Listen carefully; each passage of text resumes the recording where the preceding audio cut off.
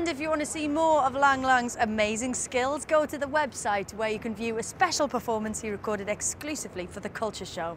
Now, Charlie Brooker has made a name for himself as one of the wittiest writers around. He co-wrote the parody of Hoxton TV types, Nathan Barley, earning him widespread acclaim, and his television reviews on BBC4 show Screen Wipe have become a must-watch. So who better to give us his take on the rash of elimination shows currently gracing our screens?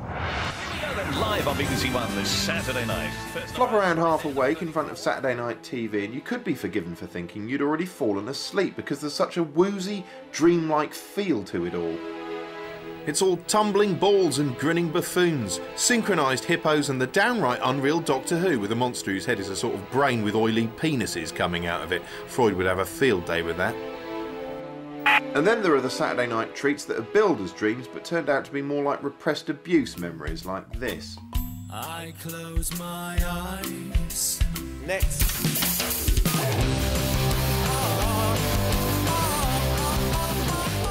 Any Dream Will Do is one of the creepiest mainstream programmes in living memory. Ostensibly a feel-good quest to find a new leading man for a production of Joseph and his amazing Technicolor Dreamcoat, the end result is more like a sinister recruitment film for some futuristic religion. Actually, the cult-worshipping overtones have been evident since show 1. First, the leaders snatched some of society's most sensitive and deluded souls straight off the streets before isolating them for several weeks and subjecting them to a series of disorientating ordeals, apparently designed to bring on a full psychological breakdown. Just want to go on, no?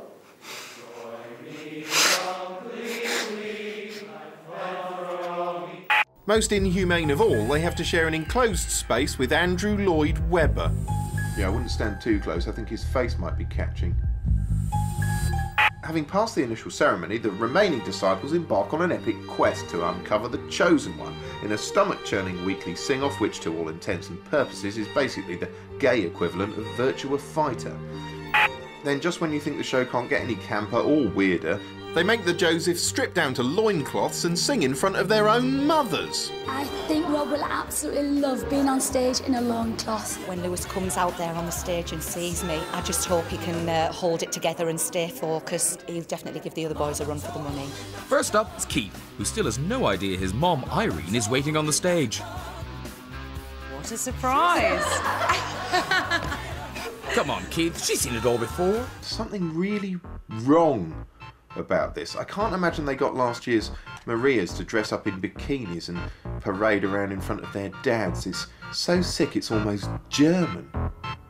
Still, it's hard to feel that sorry for the contestants even when they cry, because they don't seem altogether human themselves, more like visitors who've just beamed in from the Gillette dimension. Take Lewis here. Look at him. What is he? What is he? What exactly is he? He looks like 3 different members of Take That simultaneously impersonating a snooker cue. And it's not the first time he's been on TV. Switching to screen, I believe I can get something visual. Look, here he is in the 60s, putting the wind up the crew of the Enterprise in an especially chilling episode of groundbreaking sci-fi epic Star Trek. Actually, they all give me the creeps. They're like daycare workers from space. I keep expecting their eyes to start glowing and for them to suddenly announce that they're our new leaders. Still, even a squeaky clean and ethereal lineup like this has its own share of bad apples, as demonstrated by recent evictee Seamus. Seamus apparently thought he was a shoo-in to play Joseph since he was already playing Jesus Christ in his genuine day-to-day life. Now you're out of the competition. Are you surprised? You must be surprised. Yeah, the word's conspiracy theory. I'm going through my head. Yeah, inside job, yeah. Controlled demolitions, yeah. Yeah, the truth, yeah. Wake up. Having seen through the tissue of government lies, the budding David Koresh turned the show finale into a hissy strop, refusing to give up the famous coat too easily and changing the final lyric into an almighty up yours to everyone in the studio.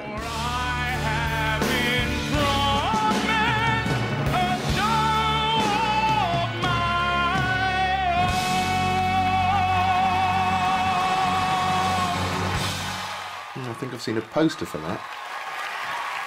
Anyway, while Joseph's musical quest chugs away on the Beeb, ITV are offering an identical show, cunningly disguised as something that's merely extremely similar.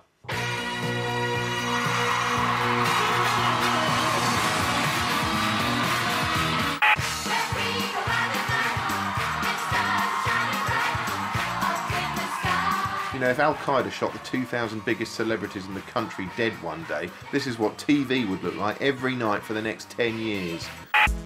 Judging proceedings are for Towering Pillars of Wisdom, Santa Claus 2000, Justin Timberlake, Pam Grier and David Guest, played here by a semi-melted Paul Simon going to a fancy dress party as Mr. T.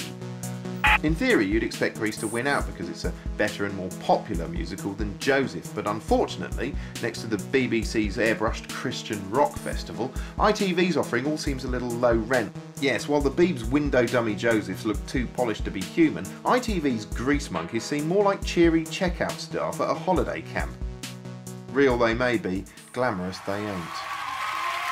Well, I hear music, close my eyes, feel the rhythm. Yeah, even with the best will in the world, it's hard to imagine people queuing round the block to see a West End production starring Joe Pasquale Jr. and a shrieking borderline fetus. The attitude to real people is patronising on both shows. Anyone who's northern or good with their hands isn't allowed to forget it in a hurry. It's a plasterer from Rotherham. You've done so brilliantly. You look like a different bloke. Well done, you northern... I don't know what to say, I'll be honest. Oh. Bob, of course, the builder. Well, we've got to see whether he can actually entertain us on the West End stage and ask ourselves, I suppose, whether somebody like Michael Crawford could build a conservatory. OK. What's strange about both shows is how unironic and straight-laced they are. Apart from that weird loincloth incident, it's wholesome cruise ship entertainment all the way. It makes them almost an anomaly in this day and age. They're like dreams from yesteryear, albeit the sort of dreams that leave you feeling as though you've been violated in your sleep.